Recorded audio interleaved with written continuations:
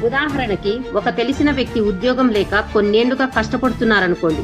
అతనికి మీరు పని కల్పించి నెలకు 15,000 రూపాయలు ఇస్తున్నారనుకోండి. మొదటి ఏడాది మీ పట్ల చాలా కృతజ్ఞతతో ఉంటాడు. తర్వాత జీతం కాస్త పెంచితే బాగుండనుకుంటాడు. పెంచాక మరొక ఏడాది ఓకే. ఈలోగా వేరే వ్యక్తి వచ్చి 40,000 ఇస్తా అంటే ఇతను వెళ్ళిపోతాడా, లేక మొదటిసారి పిలిచి కొలువిచ్చిన వ్యక్తి దగ్గరే తక్కువ జీతమైనా ఉండిపోతాడంటాడా? ఖచ్చితంగా వెళ్ళిపోతాడు. సాఫ్ట్‌వేర్ కంపెనీల్లో ఉద్యోగాలైనా అంతే. ఎంతమంది మొదటి కంపెనీతోనే ఎమోషనల్‌గా కనెక్ట్ అయిపోయి అక్కడే రిటైర్ అవుతున్నారు.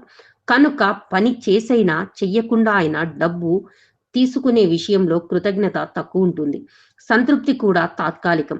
అంతకంటే మెరుగైన డబ్బొస్తే జంప్ కొట్టడం సహజం. ఇక్కడ అదే జరుగుండొచ్చు. జగన్ అమ్మఒడి ఒక్క బిడ్డకే ఇస్తుంటే చంద్రబాబు ఎంతమందంటే అంతమందికి 15,000 రూపాయల చొప్పున ఇస్తానన్నాడు. సహజంగా ముగ్గురు పిల్లలున్న తల్లులకి ఆశ కలుగుతుంది. ఎక్కడ 15,000 రూపాయలు, ఎక్కడ 45,000 రూపాయలు. అలాగే పెన్షన్ కూడా పదవిలోకి రాగానే 4,000 ఇస్తానన్నాడు బాబు. పైగా 50 ఏళ్ల వయసు నుంచే అన్ని వర్గాలకి పెన్షన్ ఇస్తానన్నాడు. అలా ఆయా వర్గాలన్నింటినీ తన అనుభవంతో బుట్టలో వేసేసుకున్నాడు.